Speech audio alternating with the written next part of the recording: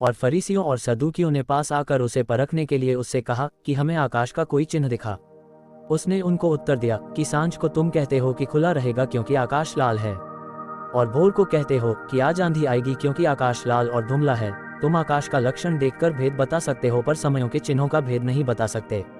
इस युग के बुरे और व्यभिचारी लोग चिन्ह ढूंढते हैं, पर यूनुस के चिन्ह को छोड़ कोई और चिन्ह उन्हें न दिया जाएगा। और वह उन्हें छोड़कर चला गया। और चेले पार जाते समय रोटी लेना भूल गए थे। यीशु ने उनसे कहा, देखो, फरीसियों और सदूकियों के खमीर से चौकस रहना। वे आपस में विचार करने लगे कि हम तो रोटी नहीं लाए। ये जानकर यीशु ने उनसे कहा, हे अल्पविश्वासियों, तुम आपस में क्यों विचार करते हो कि हमारे पास रोटी नहीं? क्या तुम अब तक नहीं समझे? और उन 5,000 की 5 रोटी स्मरण नहीं करते, और न ये कि कितनी टोकरियां उठाई थी, और न उन 4,000 की 7 रोटी, और न ये कि कितने टोकरे उठाए गए थे? तुम क्यों नहीं समझते कि मैंने तुमसे रोटियों के विषय में नहीं कहा, फरीसियों और सदूकियों के खमीर से चौकस रहना? तब उनको समझ में आया कि उसने रोटी के खमीर से नहीं, पर फरीसियों और सदूकियों की शिक्षा से चौकस रहने को कहा था। यीशु कैसरिया फिलिप्पी के देश में आकर अपने चेलों से पूछने लगा कि लोग मनुष्य के पुत्र को क्या कहते हैं? उन्होंने कहा, कितने तो यूहन्ना बपतिस्मा देने वाला कहते हैं, और कितने एलिय्याह, और कितने यिर्मयाह या भविष्यद्वक्ताओं में से कोई एक कहते हैं। उसने उनसे कहा, परंतु तुम मुझे क्या कहते हो? शमौन पतरस ने उत्तर दिया कि तू जीवते परमेश्वर का पुत्र मसीह है। यीशु ने उसको उत्तर दिया कि हे शमौन, योना के पुत्र, तू धन्य है, क्योंकि मांस और लोहू ने नहीं, परंतु मेरे पिता ने जो स्वर्ग में है, ये बात तुझ पर प्रकट की है। और मैं भी तुझसे कहता हूँ कि तू पतरस है, और मैं इस पत्थर पर अपनी कलीसिया बनाऊंगा, और अधोलोक के फाटक उस पर प्रबल न होंगे। मैं तुझे स्वर्ग के राज्य की कुंजियां दूंगा, और जो कुछ तू पृथ्वी पर बांधेगा वह स्वर्ग में बंधेगा, और जो कुछ तू पृथ्वी पर खोलेगा वह स्वर्ग में खुलेगा। तब उसने चेलों को चिताया कि किसी से न कहना कि मैं मसीह हूँ। उस समय से यीशु अपने चेलों को बताने लगा कि मुझे अवश्य है कि यरूशलेम को जाऊं, और पुरनियों और महायाजकों और शास्त्रियों के हाथ से बहुत दुख उठाऊं, और मार डाला जाऊं, और तीसरे दिन जी उठूं। इस पर पतरस उसे अलग ले जाकर झिड़कने लगा कि हे प्रभु, परमेश्वर न करे, तुझ पर ऐसा कभी न होगा।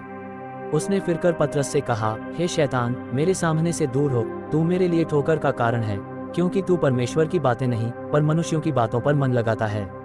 तब यीशु ने अपने चेलों से कहा, यदि कोई मेरे पीछे आना चाहे तो अपने आप का इनकार करे और अपना क्रूस उठाए और मेरे पीछे हो ले।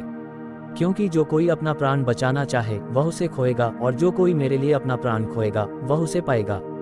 यदि मनुष्य सारे जगत को प्राप्त करे और अपने प्राण की हानि उठाए तो उसे क्या लाभ होगा? या मनुष्य अपने प्राण के बदले में क्या देगा? मनुष्य का पुत्र अपने स्वर्गदूतों के साथ अपने पिता की महिमा में आएगा, और उस समय वह हर एक को उसके कामों के अनुसार प्रतिफल देगा। मैं तुमसे सच कहता हूँ कि जो यहाँ खड़े हैं उनमें से कितने ऐसे हैं कि जब तक मनुष्य के पुत्र को उसके राज्य में आते हुए न देख लेंगे, तब तक मृत्यु का स्वाद कभी न चखेंगे।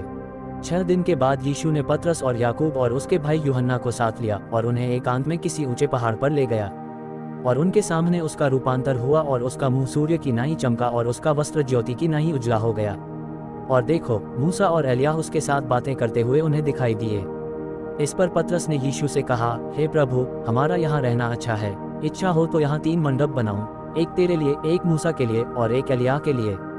वह बोल ही रहा था कि देखो, एक उजले बादल ने उन्हें छा लिया, और देखो, उस बादल में से यह शब्द निकला कि यह मेरा प्रिय पुत्र है, जिससे मैं प्रसन्न हूँ, इसकी सुनो।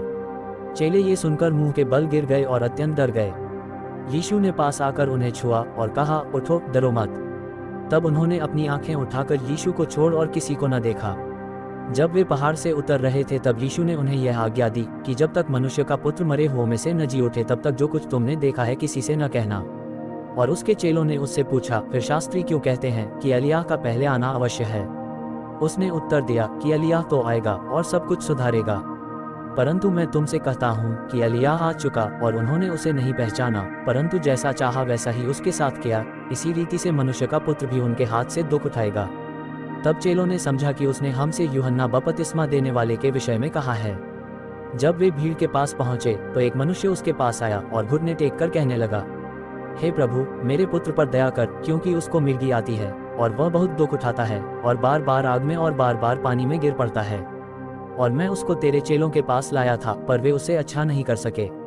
यीशु ने उत्तर दिया कि हे अविश्वासी और हठीले लोगों, मैं कब तक तुम्हारे साथ रहूंगा?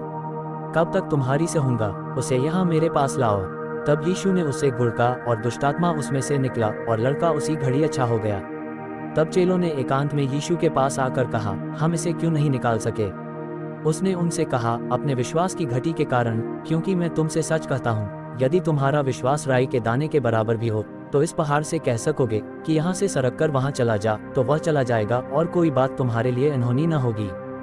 जब वे गलील में थे तो यीशु ने उनसे कहा, मनुष्य का पुत्र मनुष्यों के हाथ में पकड़वाया जाएगा, और वे उसे मार डालेंगे, और वह तीसरे दिन जी उठेगा। इस पर वे बहुत उदास हुए। जब वे कफरनहूम में पहुंचे तो मंदिर के लिए कर लेने वालों ने पतरस के पास आकर पूछा कि क्या तुम्हारा गुरु मंदिर का कर नहीं देता? उसने कहा, हाँ देता तो है। जब वह घर में आया तो यीशु ने उसके पूछने से पहले उससे कहा, हे शमौन, तू क्या समझता है, पृथ्वी के राजा महसूल या कर किनसे लेते हैं, अपने पुत्रों से या परायों से? पतरस ने उनसे कहा, परायों से। यीशु ने उससे कहा, तो पुत्र बच गए, तो भी इसलिए कि हम उन्हें ठोकर न खिलाएं। तू झील के किनारे जाकर बंसी डाल, और जो मछली पहले निकले उसे ले, तो तुझे उसका मुंह खोलने पर एक सिक्का मिलेगा, उसी को लेकर मेरे और अपने बदले उन्हें दे देना।